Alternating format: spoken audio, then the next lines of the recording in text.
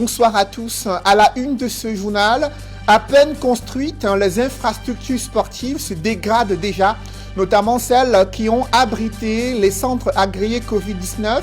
Le constat a été fait ce jeudi matin au stade Mbappé-Lépée à Douala, à quelques jours d'une mission d'inspection de la Confédération africaine de football.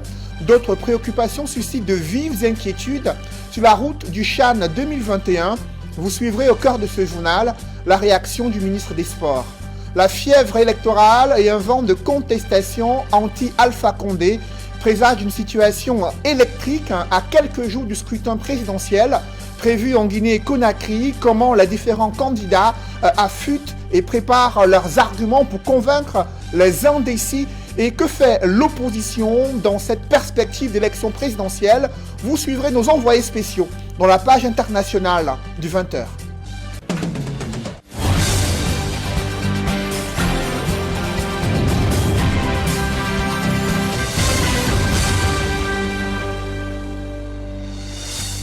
Merci de suivre cette édition complète de l'information sur Equinox Télévision. D'abord, ce litige foncier qui provoque une grogne à Buea dans la région du sud-ouest. Des populations s'insurgent contre l'exploitation de leurs terres au profit de l'université de Buea. Celle-ci brandit pourtant un titre foncier et une récente décision de la Cour suprême la présentant comme propriétaire du terrain querellé. Pourtant, la bataille a pris une autre allure. Les populations sont descendues dans la rue pour contester ces différentes décisions et s'opposer à l'existence de l'université sur leur terre. On fait le point avec Derek Gator et François Dikoumé et également Eric Fopoussi. Le terrain fait l'objet d'une interminable discorde entre l'université de Buea et les populations du village Boulou. En fait, je parle en ma qualité d'avocat avec autorité. L'université de Buea n'a aucun titre foncier qui l'autorise à occuper cette terre. Maître Bouang Jerry Sobé est l'avocat des natifs du village Boulou et Maître Godi Belé, l'avocat de l'université de Buea. L'université a bel et bien un titre foncier sur ce terrain. L'une des copies est à ma possession et l'autre est aux autorités de l'université de Buea. Même le président Paul Biya ne peut venir prendre ce terrain parce qu'une procédure est en cours. Des positions diamétralement opposées au cœur de ce litige foncier. Tout ce que l'université de Buea fait est une fraude.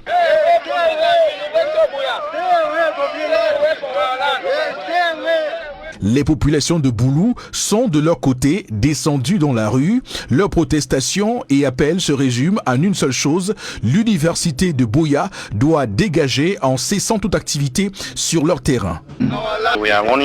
C'est notre terrain ancestral. Les fils et filles de ce village en ont besoin pour se construire. Beaucoup n'ont plus où aller par manque d'espace. Dans cette lutte sans merci, les choses ont commencé à s'envenimer le 10 octobre dernier, lorsque des étudiants en agronomie constatent que des engins affrétés par les villageois sont venus détruire plusieurs cultures dans leur plantation d'expérimentation agricole. Le préjudice s'avère trop lourd pour ces étudiants qui voient ainsi leur année académique tomber à l'eau. Sur cette terre querellée se trouvent plusieurs installations de l'université de Buea, notamment un centre multimédia, le bloc administratif de la faculté de droit et sciences politiques et des plantations d'expérimentation pour les étudiants de la faculté d'agriculture et de médecine vétérinaire. J'appelle le corps étudiant à organiser une manifestation pacifique. Ils appellent déjà et me posent des questions. Monsieur le Président, que faisons-nous? Je leur demande simplement de dire que tout est sous contrôle. Et je supplie le gouvernement de dire quelque chose à ce sujet. Du côté des autorités universitaires, un récent communiqué du Vice-Chancellor rappelle la décision de la Chambre administrative de la Cour suprême, confirmant que le terrain appartient bel et bien à l'université.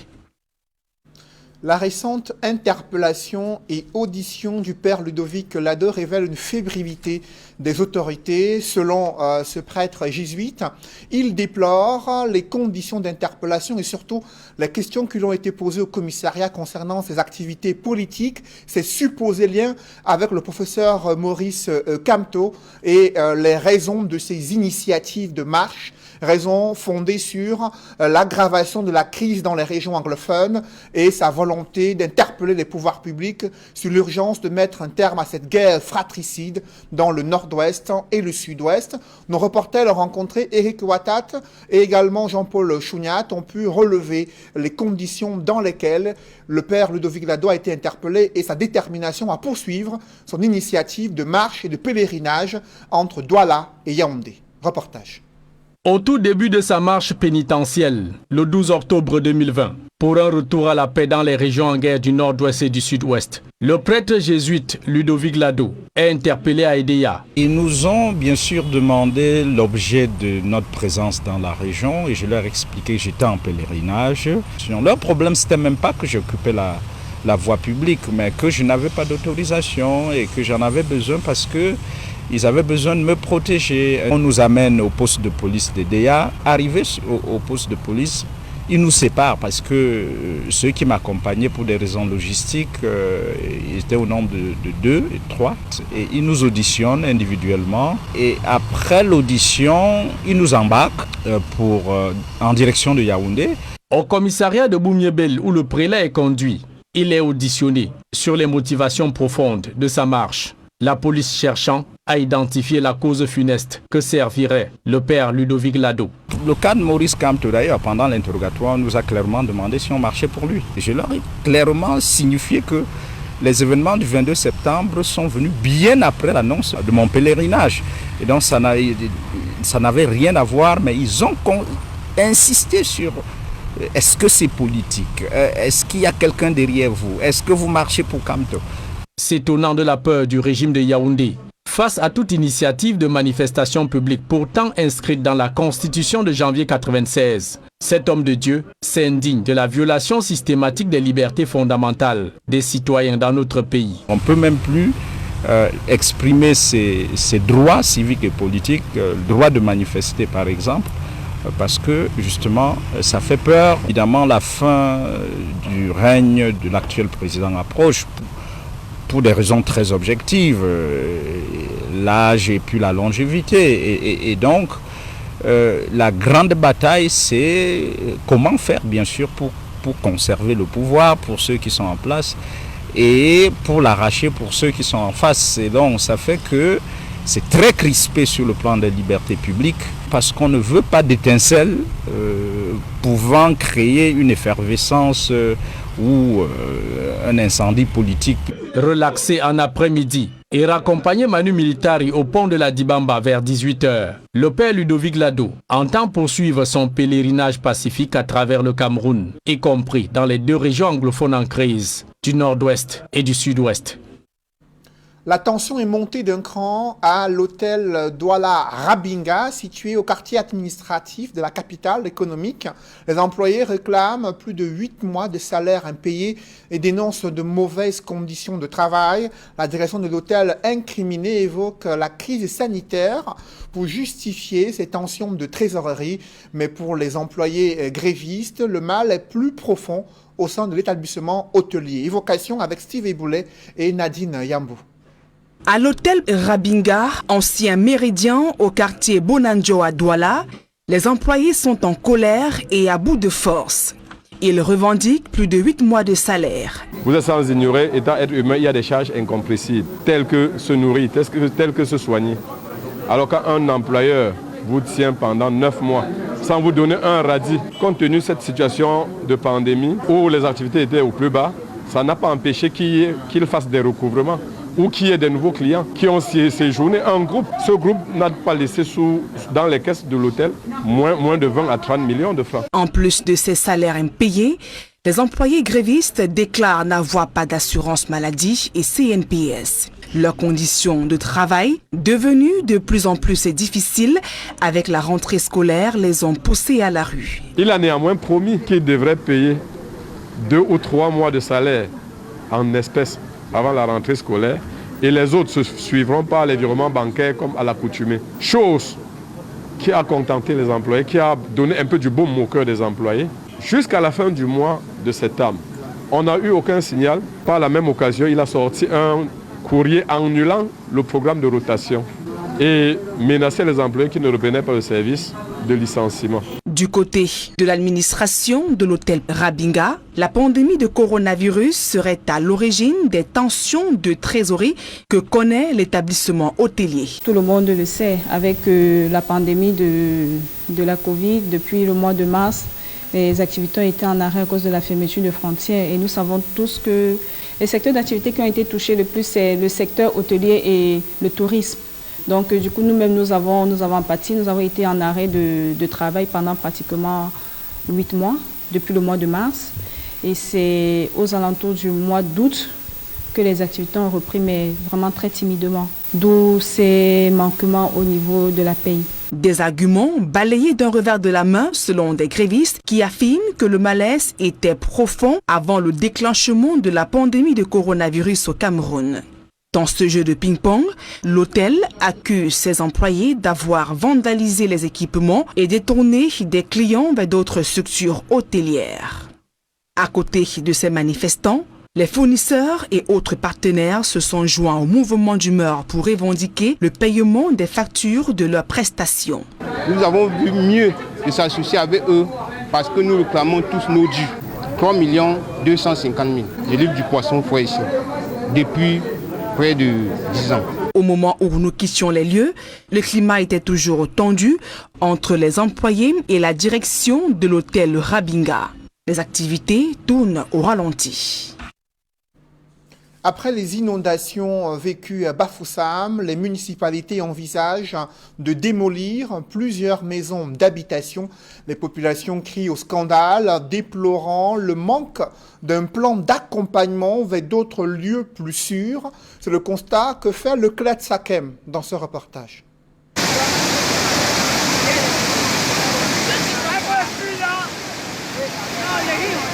Des pluies diluviennes qui s'abattent dans la région de l'ouest du Cameroun ne sont pas sans conséquences pour les populations de cette contrée. Dans certains quartiers populeux de la ville de Bafoussam, ces dernières subissent d'innombrables dégâts des inondations dont l'ampleur commence à inquiéter les autorités locales. C'est mauvais, c'est catastrophe. Nous sommes à Bafoussam comme ça là. On a envahi le pont jusqu'à traverser la route. Craignant d'éventuelles catastrophes à l'angoissée, les services techniques de la communauté urbaine de Bafoussam viennent de procéder à une opération de recensement de logements construits dans les zones à risque dans une vingtaine de quartiers. À Femla 2, arrondissement de Bafoussam 1er, des croix de Saint-André apposées sur les murs, sommant les occupants des lieux de dégâts pires. Je suis ici depuis 1969. Quand j'arrive, il n'y a presque personne sur les petites cases qui sont au bord de la route là. Je me suis installé. Depuis ce temps jusqu'à nos jours, je n'ai jamais eu de problème. Sinon, vous voyez que l'eau coule à toute saison là. Que ce soit en son, ces chansons, le pluie, il y a toujours l'eau qui coule.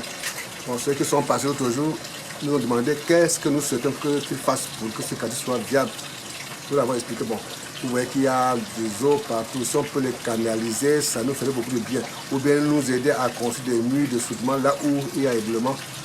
Sur de nombreux sites, pourtant, la menace de plus en plus perceptible. Ce ravin proche des maisons d'habitation, il y a quelques années, n'était qu'un infime passage d'eau de pluie. La pente s'est agrandie au fil des jours et représente aujourd'hui une réelle menace pour les populations riveraines. Réellement, je suis ici au quartier depuis plus de 40 ans. Quand j'arrivais, le trou était tellement petit. Nous on traversait loin là-bas. La route même passait. On passait avec une petite planche comme ça. Mais petit à petit, voilà comment ça se retrouve maintenant. Dans 3 ans au trou, ça va retrouver le blanc goudron. Tous les étages qu'on fait là, ça risque dans 3 ans au trou, ça va retrouver le blanc goudron. Si ça attaque déjà la route, c'est que dans 10 ans au trou, ça va attaquer le gouverneur. Nous sommes comme ça les voisins du gouverneur. Certains logements dans le périmètre commencent à céder suite aux secousses qui se vivent dans la zone. Toute chose qui a obligé certains habitants à libérer pour des lieux plus sécurisants. Les locataires ont fui l'immeuble ici, mais les autochtones seront obligés de rester parce qu'ils ne savent pas où aller. rien ne dépasse le gouvernement, qu'il fasse quelque chose pour notre trou ici, pour notre quartier ici. Au moment où l'on célèbre la journée mondiale des risques de catastrophe, l'urgence est signalée pour ces populations de la ville de Bafoussam installées dans les zones à risque auprès de leurs îles. Ces bâtisses qui sortent des terres dans ces zones à risque traduisent l'un des symptômes de la misère, alors que les logements sociaux sont inaugurés à grande pompe par les autorités, s'acquièrent malheureusement à prix d'or.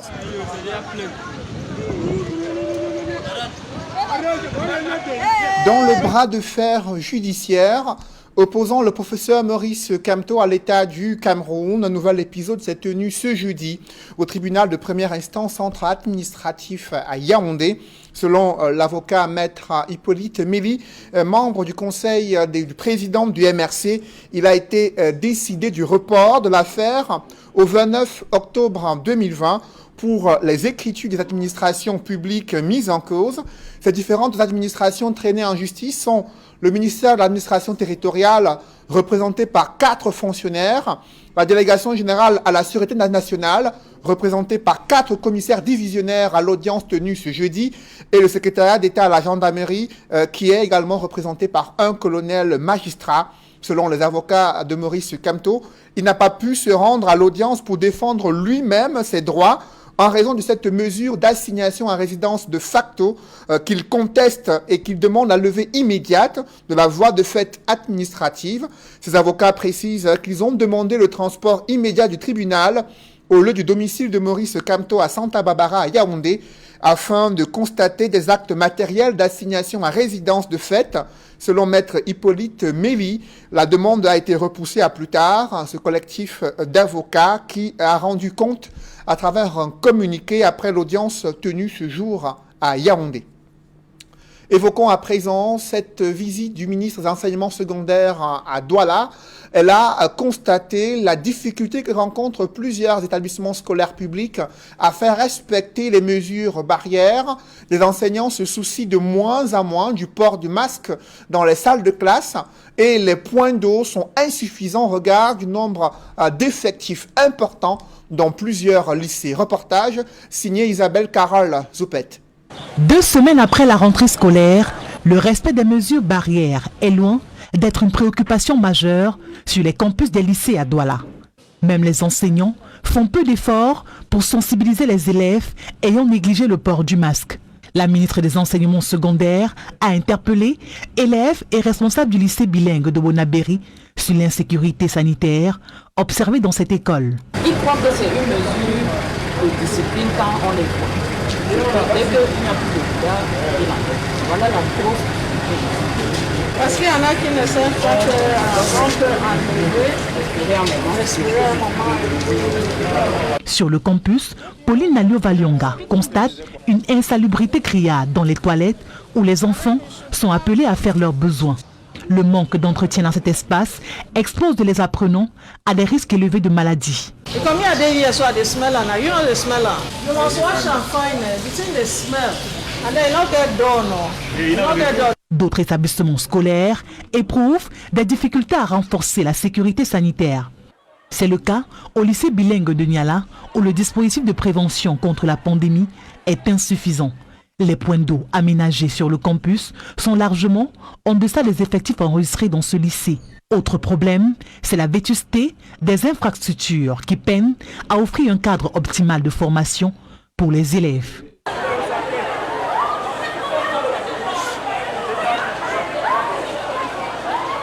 Les conditions d'alimentation des élèves sur les campus scolaires sont également une source de préoccupation pour la communauté éducative. La ministre des Enseignements secondaires a fixé les conditions d'exercice des activités dans les cantines scolaires. Toutes les cantines doivent être ouvertes, mais surtout être propres, très propres, et offrir de bons repas aux élèves. C'est très important.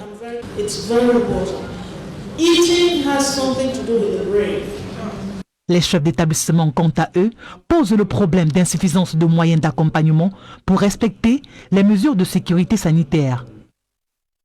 Contre toute attente, le ministre de la fonction publique a annulé sa conférence de presse. Pourtant, il avait annoncé en grande pompe sur la page Facebook officielle de ce ministère. L'objectif était de présenter à la presse qu'il existe, selon le ministre de la fonction publique, une transparence dans l'organisation, le déroulement et la correction des épreuves du concours d'entrée à l'ENAM. Les résultats cette année sont controversés au regard de nombreux recours gracieux introduits auprès du ministère de la fonction publique, dénonçant le fait, par exemple, pour le mouvement des 10 millions de nordistes, que le quota réservé à la communauté du Grand Nord n'a pas été respecté. D'autres candidats ont déploré le fait que leurs camarades étaient absents durant le concours d'entrée à l'ENAM et ils ont été surpris de leur voir être admis durant cette session 2020-2021. Et le ministre qui a indiqué dans un communiqué qu'il a respecté les différents quotas en vigueur au Cameroun. Il a même annoncé une conférence de presse. Elle a été reportée à une date ultérieure, selon les dernières informations. Parlons à présent de l'insécurité alimentaire. Le taux d'insécurité alimentaire ne cesse de grimper au Cameroun. C'est du moins ce qui ressort d'une enquête réalisée sur la situation alimentaire dans ce contexte de crise sanitaire et de défis sécuritaires dans plusieurs régions du Cameroun.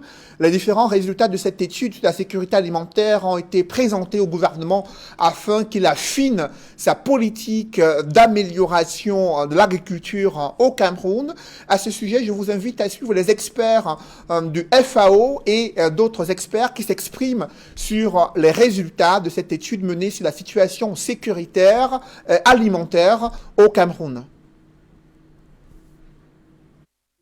Les données actuelles, nous avons mené une enquête nationale de sécurité alimentaire sur l'ensemble du territoire. Nous avons également des données climatiques qui nous viennent de FUSNET, USAID.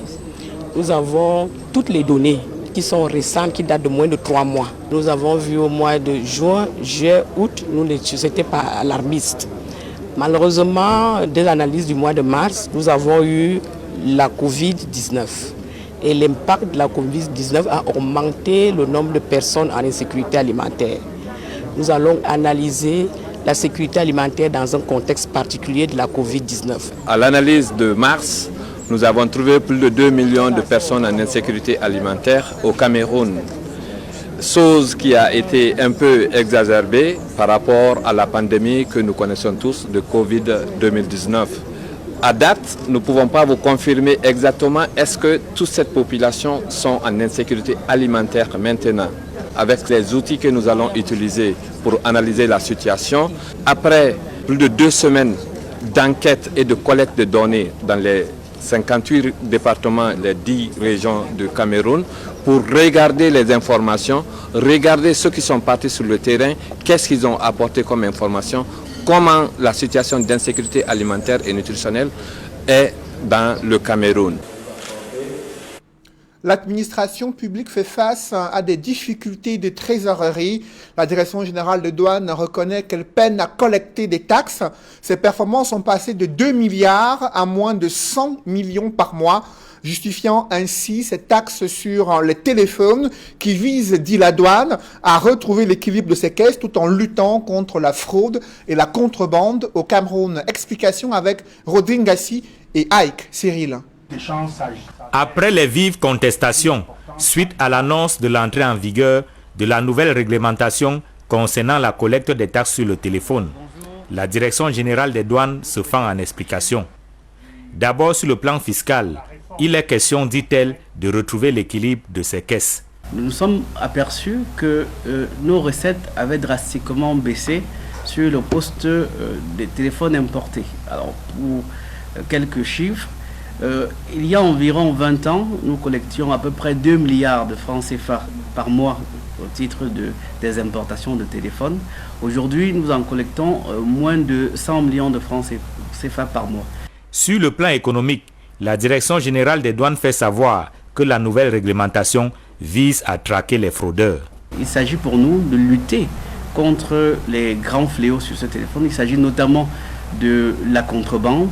Il s'agit également dans cette mission économique de jouer le rôle de régulateur économique en permettant ou en contraignant ceux qui sont passés par des voies frauduleuses de s'acquitter des droits et taxes de douane de manière à rétablir une saine concurrence entre l'ensemble des opérateurs. Pour être plus précis, la Direction générale des douanes explique comment fonctionnera la réglementation dont l'entrée en vigueur est annoncée. L'ensemble de ces opérateurs sont tenus à un certain nombre d'obligations qui consistent essentiellement en la fourniture ou en l'ouverture de leur réseau sur la plateforme gouvernementale et également à la collecte de l'ensemble des droits et taxes de douane qui sont reversés systématiquement à la fin du mois à l'administration des douanes. Donc ce sera les opérateurs qui collecteront l'ensemble des droits et taxes de douane, lesquels seront reversés à la fin du mois à l'administration des douanes à travers une déclaration en détail. Selon la Direction générale des douanes, l'ensemble des opérateurs du secteur de la téléphonie ont pris part aux travaux préparatoires de cette innovation qui, selon elle, arrive même tardivement. C'est une innovation de l'article 7e de la loi de finances pour l'exercice 2019 qui a connu un ensemble de processus. C'est ce processus qui était long, qui explique pourquoi c'est en octobre 2020 que cette mesure va finalement rentrer en vigueur. Alors ce processus a vu la participation de l'ensemble des acteurs de cette filière, en commençant par le ministère des Postes et Télécommunications. Nous avons également le ministère des Finances. Nous avons également le régulateur, l'Agence de régulation des télécommunications, l'ART. L'ANTIC également était là pour veiller sur les aspects sécuritaires. Et nous avons également vu la participation de l'ensemble des opérateurs de téléphonie opérant au Cameroun. À en croire la Direction générale des douanes donc, seul le consommateur n'a pas été convié aux travaux. Pourtant, c'est lui qui devra payer le prix fort. L'aménagement des centres agréés Covid-19 dans les stades a-t-elle été fait à l'emporte-pièce? Au stade Mbappé-Lépé, ancien centre Covid-19, l'aire de jeu s'est dégradée à tel point qu'une partie de la pelouse a été arrachée. Et l'on note qu'il y a des travaux de réhabilitation en urgence qui sont annoncés. D'autres points d'ombre ont été relevés durant la visite du ministre des Sports. Le professeur Narcisse Mouele-Kombi, optimiste, a prescrit l'amélioration de la maintenance et l'entretien de ces infrastructures sportives à quelques mois de la compétition du CHAN 2021. Évocation avec François Dicoumet et Sylvain Hippolyte Zangaou. Ce n'est pas un champ de patates. Il s'agit bel et bien de la pelouse du stade Mbappé-Lépé d'Akwa à Douala. Cette aire de jeu, affichée pourtant fière à lui il y a encore quelques mois. Mais avec la pandémie du coronavirus, le ministre de la Santé publique y a fait installer un centre de dépistage et de prise en charge de ce virus mortel. Résultat des courses, la pelouse a été arrachée sur une bonne surface.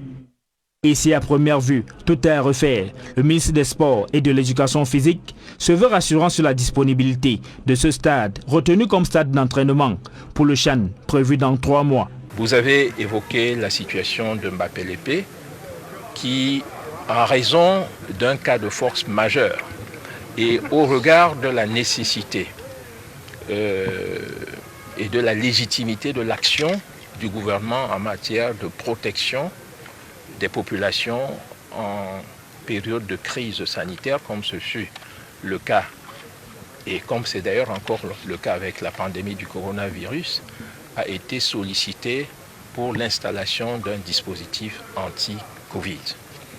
Nous y avons été ce matin, le démantèlement a été engagé, mais dans la perspective de solutions qui puisse permettre de rendre cette infrastructure sportive disponible. L'État a pris ses responsabilités, l'État mettra les moyens nécessaires à disposition pour que le stade de Mbappé-Lépé puisse retrouver sa fonctionnalité à l'horizon du CHAN. Alors que le démantèlement de ce centre Covid est en cours, des interrogations fusent, dont la principale est de savoir qui a eu l'idée d'installer un tel ouvrage sur une pelouse dont la délicatesse est connue. Qui paiera la somme supplémentaire pour la réhabilitation? Sans doute le contribuable camerounais. Sur la route du CHAN 2021, le ministre des Sports et de l'Éducation physique a également visité le stade de la réunification de Douala, qui sera déjà sollicité avant même le CHAN, notamment pour les matchs Cameroun-Mozambique et RCA Maroc, comptant pour les éliminatoires de la CAN 2022. La pelouse et les tribunes sont prêtes. Un gros problème demeure pourtant. À Bipanda, c'est le mauvais état de la route principale qui mène au stade. Hervé Emmanuel Koum, qui assure la coordination du site, affirme que les dispositions sont prises pour la réhabilitation de cette route avant le coup d'envoi du CHAN. À Japoma, le stade n'attend plus que les joueurs pour que des espaces modernes ont été aménagés dans les vestiaires. La pelouse, principal théâtre des opérations, est déjà praticable et les tribunes colorées attendent les supporters pour une bonne ambiance.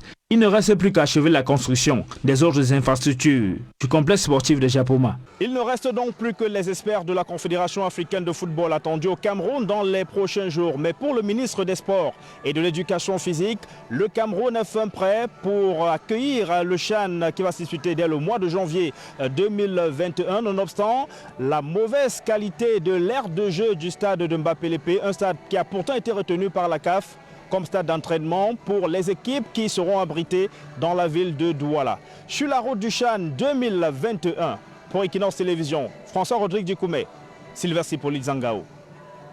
Allons à présent en Guinée-Conakry, nous attendent nos envoyés spéciaux afin de vivre l'ambiance électorale à quelques jours du scrutin présidentiel prévu le 18 octobre prochain.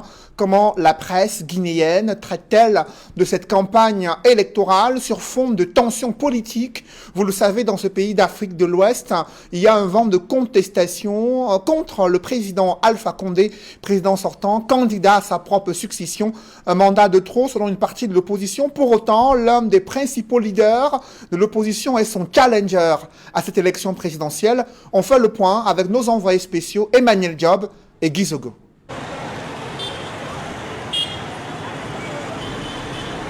La température d'une élection, c'est aussi dans la presse qu'elle se mesure. Ici à Conakry, c'est bien le cas, avec les journaux qui parlent abondamment de l'élection présidentielle du 18 octobre prochain. On a le quotidien national, l'équivalent de Cameroun Tribune au Cameroun, Oroya, qui parle de présidentielle du 18 octobre, les candidats plus près des électeurs. Il s'agit effectivement de la campagne électorale à l'intérieur de la Guinée, qui a commencé avec le président Alpha Condé, qui était donc à l'intérieur de la Guinée et qui a regagné Conakry hier soir seulement. Il s'agit également de La Lance, qui est un journal de l'opposition, qui dit, un journal privé, qui dit UFDG interdit de campagne en Haute-Guinée avec Selou Dalin Diallo, le principal adversaire du président Alpha Condé, qui estime donc que son parti a été interdit de campagne en Haute-Guinée. Et effectivement, ce journal évoque cette question à sa une. Nous avons également le Lynx, qui est un journal privé également, qui dit Guinée, campagne électorale 2020, Dalin a déstabilisé Alpha. Alors, il s'agit effectivement d'une situation dans laquelle ce journal relève que le candidat de l'opposition a plus mobilisé que le président en place, et cela est illustré à la une de ce journal. Nous avons également l'observateur, Selou Dalin Diallo Akoulé, qui explique qu'une fois qu'il sera au pouvoir, installé à la présidence guinéenne, il fera revenir Dadis Camara qui a dirigé effectivement la Guinée ici avec des coups d'éclat et qui a été victime d'un attentat avant de quitter effectivement le pouvoir dans des conditions un peu rocambolesques. Nous avons le populaire, petit conseil d'amis à des candidats hargneux, le populaire qui explique qu'il faut éviter les discours haineux lors de cette campagne électorale pour ne pas raviver les tensions et avoir un scrutin tout à fait apaisé. Et pour terminer cette revue de presse, il y a l'Union qui parle du fichier électoral qui a été validé par la CEDEAO. Effectivement, une mission de la CEDEAO qui a séjourné ici à Conakry, laquelle a effectivement examiné le fichier électoral et l'a validé, ce qui fait dire à ce journal l'Union qu'effectivement le fichier électoral guinéen pour l'élection du 18 octobre est fiable. À Conakry, pour cette revue de presse sur les élections présidentielles guinéennes, Emmanuel Diop, Guy Zogo, pour Equinox Télévision. Après nos envoyés spéciaux en Guinée-Conakry, allons en Côte d'Ivoire, où Pascal Affi-N'Guessan et Henri Konan-Bédié mettent davantage la pression sur le gouvernement ivoirien à quelques heures de l'ouverture de la campagne électorale dans ce pays d'Afrique de l'Ouest. Ils exigent des réformes urgentes sur le processus électoral afin de garantir une élection transparente et crédible le 31 octobre prochain.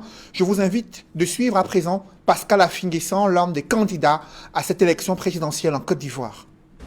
La commission électorale indépendante est à l'heure actuelle monocolore puisque l'opposition n'y siège pas. Elle est caduque parce que la Cour africaine des droits de l'homme et des peuples, par différents arrêts, a indiqué clairement que cette commission électorale indépendante ne répond pas aux critères internationaux et qu'elle doit être réformée avant toute élection. Nous avons décidé de porter solennellement à la connaissance de tous nos électeurs, de tous nos militants et du peuple de Côte d'Ivoire, à la connaissance de l'opinion nationale et internationale, que le processus électoral en cours ne nous concerne nullement, que nous ne sommes pas du tout concernés par le processus électoral en cours, que ce processus électoral est illégal parce qu'il ne répond nullement à aucun critère international et que nos militants, comme les électeurs ivoiriens, doivent s'abstenir de participer tant en ce qui concerne la distribution des cartes électorales qu'en ce qui concerne la campagne électorale. Nous invitons en conséquence nos militants sur l'ensemble du territoire à faire barrage à ce coup d'État électoral que le président Alassane Ouattara s'apprête à commettre, à empêcher la tenue de toute opération liée au scrutin et à mettre en application le mot d'ordre du boycott actif par tous les moyens légaux à leur disposition afin que le pouvoir actuel consente à convoquer l'ensemble des forces politiques nationales afin de trouver des solutions acceptables à toutes les revendications qui sont ressorties. Toujours dans cette actualité ivoirienne, les cadres du RHDP dénoncent la surenchère politique de la part de ces candidats de l'opposition et la commission électorale a maintenu la date du scrutin présidentiel, indiquant que tout est fin prêt pour permettre une élection transparente, a indiqué les responsables de la commission électorale indépendante en Côte d'Ivoire.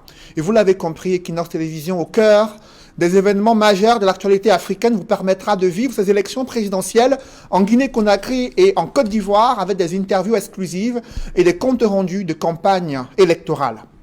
Et un rendez-vous à ne pas manquer ce soir à partir de 21h sur Equinox Télévision. Regard Social s'intéresse aux crimes passionnels. Ce fléau prend de l'ampleur au Cameroun. Quelles en sont les causes et les différentes manifestations? Comment on en est arrivé là? Vous suivrez les experts réunis autour de Flavien Ndongo, présentateur de cette émission. Mesdames, Messieurs, c'est la fin de ce journal. Merci de l'avoir suivi. Juste après cette édition de 20h, retrouvez Serge Alain Autou et ses invités pour le débrief du journal sur le plateau d'Equinox Soir. Serge Alain. 48 heures après avoir été ramené à son point de départ qui était Douala, le père Ludovic Lado parle. Il s'exprime sur les conditions à la fois d'interpellation et d'audition du côté des DA dans la Sananga maritime. Il a été surpris d'être interrogé sur sa région d'origine, sur une supposée proximité avec le leader Maurice Kamto, leader du MRC, et sur le fait que son initiative de marche a un lien avec la manifestation du 22 septembre annoncée par le professeur Maurice Kamto. Il a dénoncé cette audition de la part de la police et a manifesté sa détermination à poursuivre son pèlerinage à travers le Cameroun afin d'interpeller la conscience des dirigeants camerounais sur la nécessité de mettre un terme à la crise dans les régions du nord-ouest et du sud-ouest. C'est Jalin.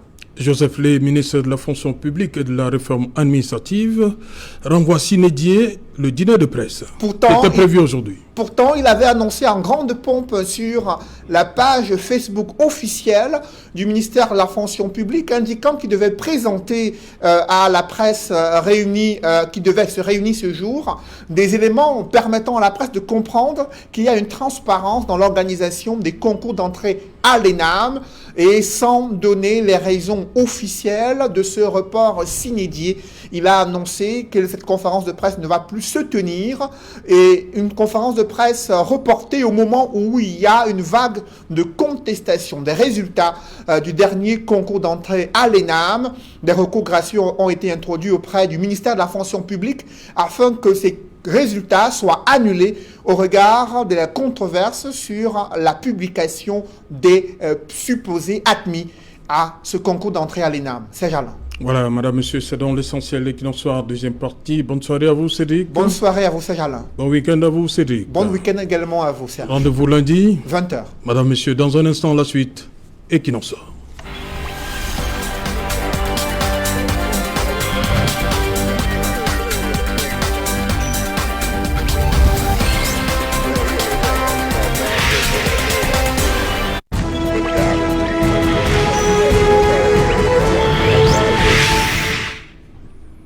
Retour sur le plateau Equinoxe Soir, deuxième partie, c'est la partie consacrée au débrief du journal, toujours en compagnie de Kikichi Lawrence, Eric Yombi, Honoré César Ngomo et Pierre-Emmanuel Bignam. Pierre-Emmanuel Bignam, vous avez suivi le père Lado, il a suivi, on lui a posé des questions, et comme lui-même dit, on voulait ramener tout au MRC, à la marche du MRC.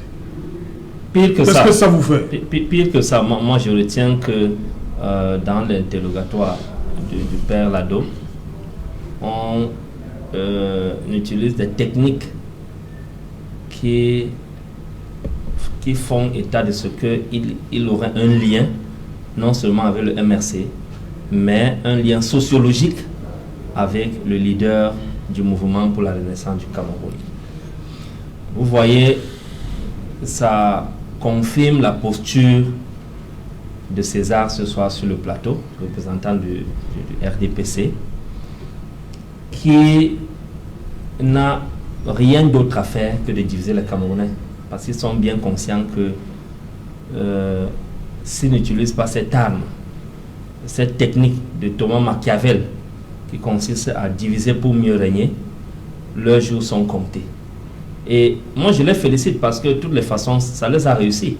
Depuis 38 ans, ils se sont maintenus longtemps au pouvoir en utilisant cet instrument de tribalisme étatique, entre guillemets, qui a amené la société camerounaise à être divisée. Mais maintenant, une autre chose qui m'intrigue dans l'arrestation et l'interpellation du prélat, c'est qu'il a subi une torture morale. Voilà quelqu'un qui a été arrêté à Edea, qui est à 55, moins de 60 km de Douala. On aurait pu le ramener à Douala pour son... On aurait dû même l'auditionner à Edea, un commissariat à Edea, il y a des gendarmeries à Edea, des brigades et autres. Mais on l'a déporté à Yaoundé, Manu Militaro, dans un pick-up. Vous imaginez le fait psychologique que ça fait? C'est une torture morale. Et on le soumet à cet interrogatoire pendant des heures. On a empêché Père Lado de se mouvoir. On lui a privé du droit d'aller et de venir. Donc, on est dans un contexte aujourd'hui où le gouvernement camerounais, le régime du président Paul Biya ne sait même plus à quel sein se vouer. Tout cela a commencé au lendemain, parce qu'il faut que les gens le sachent, l'opinion publique nationale et internationale. Toute cette panique a commencé au lendemain du 7 octobre 2018. On a vu comment le gouvernement camerounais a employé tous les moyens possibles pour légitimer la victoire volée du candidat Kamto, le président élu. Ils ont utilisé des faux agents de Transparency International qui sont même passés à la télévision nationale pour laquelle nos taxes sont prélevées sur nos salaires tous les mois. Ils les ont fait passer à la radio nationale et à Cameroun Tribune. Donc cette panique a commencé. Et l'attitude du gouvernement camerounais, du régime de Paul Biya aujourd'hui, nous amène à se poser un certain nombre de questions. Donc, M.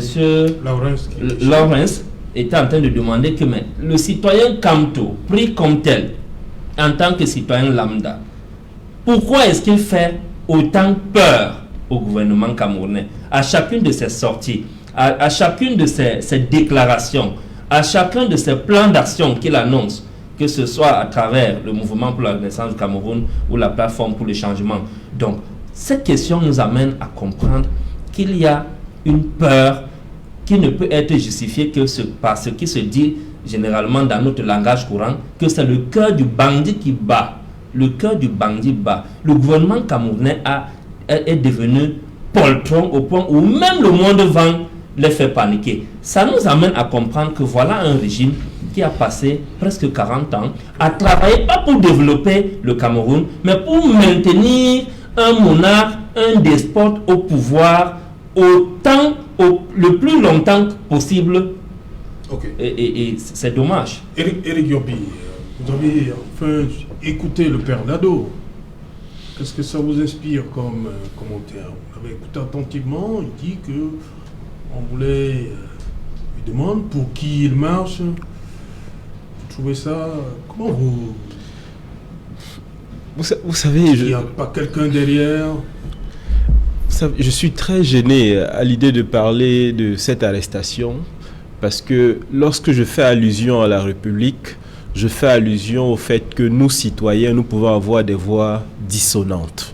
Nous ne sommes pas obligés de nous entendre parce que foncièrement, nous sommes différents. Et je suis d'autant plus gêné que l'opposition ou alors un discours autre renvoie forcément à l'opposition ou alors à une appartenance à un supposé parti politique. Je suis gêné. Vous savez, dans ce pays, il y a eu ce qu'on appelait la loi sur la subvention en 1962, qui avait malheureusement la vertu d'éliminer les adversaires politiques alors que l'UPC était déjà en train de mourir au sens physique de par l'élimination, n'est-ce pas, de ses leaders historiques. J'ai bien peur que ce qui se passe au Cameroun depuis quelques années ne ressemble évidemment à ce sombre passé de notre histoire où évidemment nous avons l'impression, si ce n'est la certitude, que celui qui a la force a le droit. Nous avons de plus en plus l'impression que l'État a une surutilisation de sa force pour évidemment, n'est-ce pas, réprimer certains candidats, certains Camerounais, certains citoyens qui ne regarderaient pas dans le même sens. Je suis d'autant plus gêné que nous avons tous un pays à bâtir. J'aurais aimé, je souhaiterais que nous regardions tous dans la même direction. Mais à partir du moment où les citoyens sont enchaînés, ils ne peuvent pas s'exprimer librement, dire ce qu'ils pensent, encore moins revendiquer. Je crains que nous soyons dans une perspective où l'esclave sera obligé de se libérer de son maître. Honoré César Ngomon, on a vu la sortie toujours du ministre Sadi au lendemain des manifestations du 22, parler de la situation du professeur Kamto, situation même du MRC. Ça vous dérange au RDPC d'entendre que le MRC existe? Si jamais le MRC n'existait plus, vous serez tranquille? Non, Serge, le MRC ne saurait nous déranger. Ce qui est dérangeant, c'est que le MRC graine, conduit des familles dans un état d'esprit de désespoir, d'assombrissement, au lieu de prôner ce qui a pu faire de son leader aujourd'hui un haut cadre de notre administration, un ministre délégué digne de son nom. Il n'arrive pas à pouvoir relever le débat politique tout simplement parce que nous avons un exemple. Quand vous regardez les marches du 22, jusqu'ici je reste sans réponse. Où sont partis tous les grands juristes de ce parti dans cette marche? Mais ils sont restés cloîtrés sur leur véranda, dans leur balcon, envoyer les enfants des autres, mes compatriotes, dans la rue, parce qu'ils veulent se servir de cet argument pour pouvoir aller dans les chancelleries, décrocher des fonds pour dire, soi-disant, venir défendre ces populations qui ont cru, parce que, dit-on, nous sommes censés ignorer la loi, et comme eux maîtrisent la loi, se sont abstenus de ne pas affronter la loi, parce que le Cameroun est un état de droit. Ils ont incité les enfants des autres. Aujourd'hui, ces familles nombreuses sont au regret. Voilà ce dont présente ce parti-là. Donc, le RDPC ne saurait avoir peur. Et même son leader, il faut le préciser, chers Alain, voilà quelqu'un qui a eu 500 000 voix à la présidentielle en 2018. Il est tout à fait normal que dans un appel comme celui-là, avec tout ce qu'il présente comme population derrière lui, on aurait pu même voir même 10 000 marcheurs. Mais on n'en a même pas. Il vous dit ici 500, près de 600 marcheurs. C'est ce qu'il vous dit sur ce plateau. Et il vous dit que le leader est enfermé. Et il vous dit que le leader est enfermé. Le leader est-il enfermé avec les 500 000 voix dont il a reçu en 2018? Où sont les 500 000 marcheurs? On aurait même pu faire le ratio. Où sont les 10% des 500 000? C'est une honte. Vous oubliez que les forces de maintien de l'ordre... je pense que s'il y avait eu 10 000 marcheurs, même les forces de l'ordre, je pense qu'à Douala, on n'atteint pas 10 000. Je ne pense pas qu'on a même 5 000 FMO à Douala. Donc, il faut pouvoir reconnaître le désaveu des populations de ne pas se reconnaître en ce parti politique. Lawrence Kikichi, oui, sur cette sortie, hein, on a enfin écouté le père Lado. Il nous dit ce qu'il a subi comme, on va prendre les termes de torture morale. Non, on l'a aidé à le ramener à un lien avec le MRC. Non, on l'a aidé à atteindre son objectif. C'était d'arriver à Yaoundé, n'est-ce pas? On l'a raccourci le trajet. En fait, Père Lado est connu. C'est un monsieur qui est connu, surtout dans les réseaux sociaux, pour ses positions vraiment acerbes. Hein. Il ne donne pas du lait, comme on dit au quartier. Bon, c'est un monsieur qui est connu. Et je dis toujours, je me rappelle quand le PM Inoni était secrétaire adjoint à la présidence. Transparency International avait sorti le classement sur la corruption. Et on avait mis le Cameroun, premier pays corrompu au Cameroun, dans le monde. Ça a créé un émoi terrible. Il y a eu une sortie qui disait clairement qu'on allait traduire cette ONG en justice. Il y a eu des boucans et tout et tout. Bon, 3 mois après, le gouvernement a encore retiré, a dit bon, on lance une campagne contre la corruption, une campagne anti-corruption. On a lancé, on a associé les médias et tout ça. Après quelques mois, on a commencé à créer, on a la CONAC aujourd'hui, on a plein d'institutions. Moi, je pensais que ça allait être une grande leçon pour notre pays et pour le gouvernement. Malheureusement, on continue de la même manière. On peut dire, appel à deux. Bon, on a pris note. Vous avez marché hier de Douala à Yaoundé. Pour nous, c'est un coup qu'on a pris. Alors, venez, on travaille. Qu'est-ce qu'on fait? Voilà. Qu'est-ce qu'on fait? Puisqu'on sait où il est. Donc, voilà. On pouvait épargner les Camerounais de cette tension, puisqu'on en a déjà trop. Éric Yambi, le ministre de la fonction publique et de la réforme administrative, qui renvoie son dîner de presse. Il disait qu'au cours de cette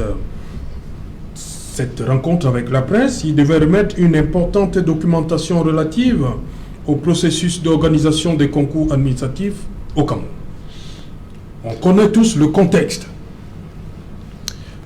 Pourquoi il a renvoyé? Bon, je ne suis pas dans le secret des dieux, mais vraiment, qui ne continue pas de choquer les Camerounais. On est déjà suffisamment énervé par cette histoire, on ne comprend pas, c'est toujours les mêmes. Les enfants des mêmes. Le Cameroun appartient aux mêmes personnes, aux enfants de ces mêmes personnes. Il venait expliquer pourquoi c'est toujours les mêmes. Il n'y a pas d'explication qui vaille. Il venait tout simplement nous présenter le fait accompli. Il venait tout simplement nous demander de manière subtile d'avaler la pilule. Voilà tout ce qu'il essayait de vouloir faire. Mais je pense, et comme je vous le disais tout à l'heure... Donc vous avez ça n'aura plus lieu, selon vous? Même si elle a lieu, tout ce qui pourrait adoucir le cœur des Camerounais, ce serait qu'il y ait un autre concours et que vivement que le mérite soit au rendez-vous. Nous sommes fatigués de la reproduction de l'élite au Cameroun. Nous sommes fatigués de savoir que c'est toujours les mêmes. C'est les fils de tel. On n'a pas besoin d'être allé à l'école pour savoir que sur la liste des admis, c'est le fils de tel. Non. Nous voulons un Cameroun où il y a l'égalité, qui ait le mérite. Et je pense que dans ce Cameroun, M. Ngoma n'en serait pas dessus. Loin de là. Si évidemment nous espérons être dans un Cameroun qui est mieux, ce serait sur la base du mérite. Comment peut-on construire une société avec des médiocres? Ça n'a pas de sens. Nous militons pour un Cameroun qui libère ses énergies, qui avec ses enfants, qui fait la promotion du mérite et des meilleurs pour que le Cameroun ne fournisse que le meilleur afin de récupérer au moins la place qui était la sienne, si ce n'est faire nettement mieux. Savez-vous combien d'ingénieurs le Cameroun fabrique à l'étranger? Selon les statistiques du ministère des Relations extérieures, 5 200 000 Camerounais sont à l'étranger, parmi lesquels des médecins, des enseignants, des ingénieurs. Et ce n'est pas fini. La saignée n'est pas finie. Chaque jour qui passe, beaucoup d'entre nous, nous imaginons que l'herbe est plus verte ailleurs, parce qu'évidemment, les conditions minimales, je pèse mes mots, ne sont pas réunies pour qu'on puisse, évidemment, le talent puisse se clore ici. Vivement que le mérite soit en place. Honoré César Ngoma, sur l'opportunité de cette sortie du ministre de la fonction publique, qu'est-ce qu'il voulait dire aux Camerounais, selon vous? À la suite de l'intervention d'Éric Yombi, je voudrais qu'il soit un exemple ici sur ce plateau de ces Camerounais dont le Cameroun a donné la chance de faire valoir leur talent, leur savoir-faire, et que l'herbe n'était pas plus verte ailleurs. Ils sont des millions, comme tu t'exprimes sur ce plateau. C'est un bon exemple. Mais, à contrario, vous ne voulez pas dire la vérité. Parce que lorsqu'un Camerounais finit de te suivre, ce soir, comme il a fait, il s'est donné la peine. La conclusion, c'est demain matin d'affronter la mer et le désert. Et pourtant, sur ce plateau, nous avons les Éric Lumbi, les Bignam, les Serge Alonso, les Kiki, les César Honoré Ngoma, qui sont des enfants des pousseurs, des anciens vendeurs d'eau glacée, des Bayam Salam. Et aujourd'hui, ont la chance de s'exprimer dans une chaîne aussi respectée, aussi écoutée comme cette chaîne de télévision. Voilà le modèle, le reflet qu'il faut donner. Voilà le modèle, le reflet qu'il faut dire que ici, sur ce plateau, nous n'avons pas d'enfants de ministres. Ici, sur ce plateau, nous n'avons pas d'enfants de DG. Ici, sur ce plateau, nous ne sommes pas issus de l'élite de ce pays que vous voulez aujourd'hui mettre sur le plan, sur la table des accusés. Il faut, à un certain moment, savoir raison garder. Est-ce qu'un enfant d'un ministre de l'élite de ce pays, lui qui a les conditions idéales pour pouvoir mener ses études, n'a-t-il pas le droit de concourir à un concours, quel qu'il soit? N'a-t-il pas le mérite d'être aussi parmi les meilleurs ou parmi les admis? Je pense que sur ce plateau, unanimement, nous sommes d'accord.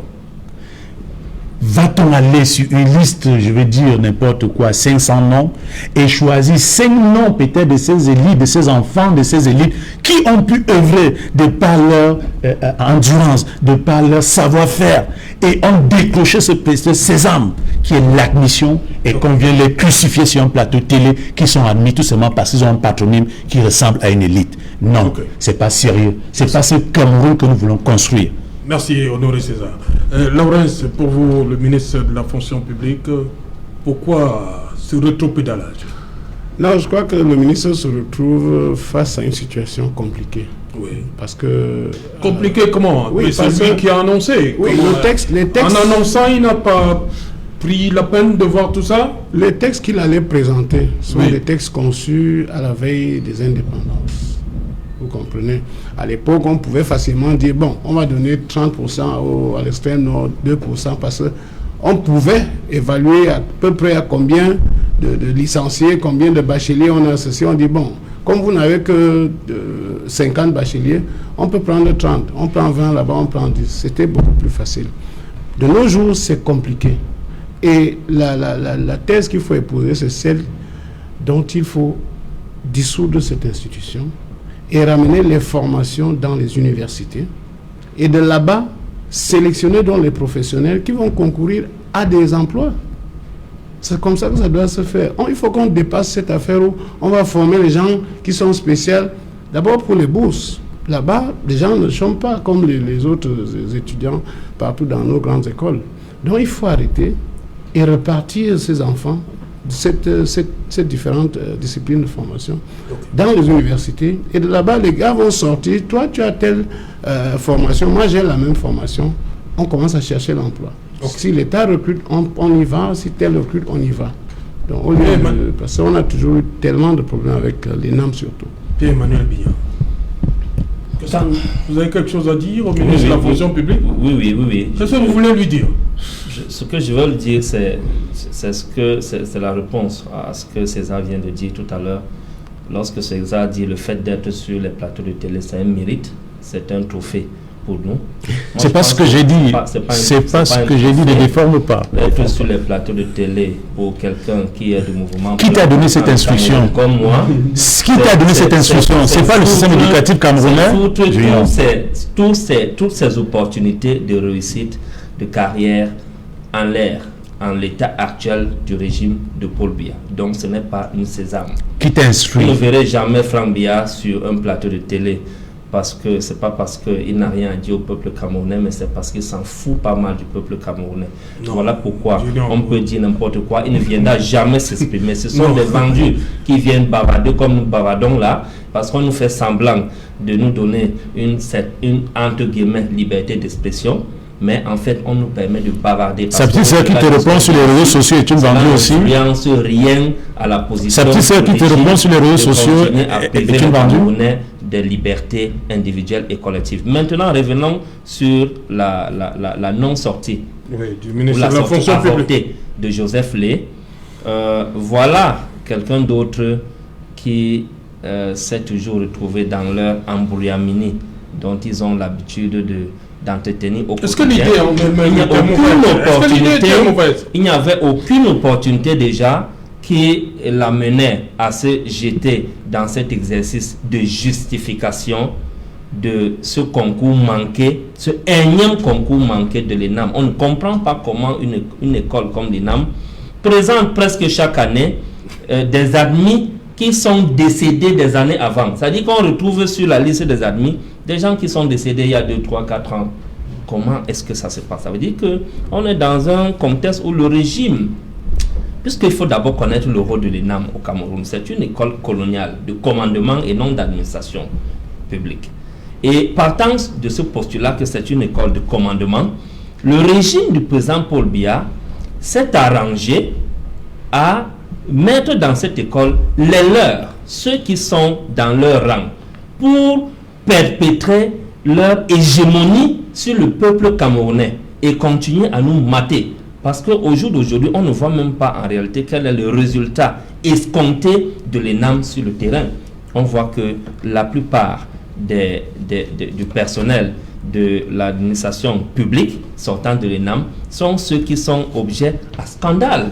Vous avez des ministres qui sont sortis de l'ENAM, qui ont été des sous-préfets, préfets, gouverneurs, ils sont devenus ministres plus tard, qui sont à Kondengui aujourd'hui pour avoir détourné des milliards. Et qui leur a envoyé à Kondengui? Donc, comme pour dire que on questionne l'opportunité de la sortie de ce ministre qui est nul et de nul effet. Je le félicite parce qu'une fois dans ce panier à crabes là, voilà au moins quelqu'un qui a eu la sagesse de fuir l'échec avant qu'il ne se produise. Donc moi je le félicite. Et René Sadi aurait dû faire la même chose que de pondre ce torchon qu'il a pondu et qui fait aujourd'hui, une fois de plus, qui reflète le niveau le plus, c'est-à-dire que l'odeur nauséabonde que le régime de Paul Biya envoie auprès de l'opinion publique nationale et internationale. Ok, merci. Merci Laurence d'être venu. Merci à vous Pierre-Emmanuel Biya. Merci Honoré César Ngomo. Merci à vous Eric Yombi. Voilà, madame, messieurs, nous sommes donc arrivés au terme de cette édition de Equinox Soir, l'avant-dernière de la semaine. La dernière, c'est demain, lorsqu'il sera 19h. Bonsoir. Baham.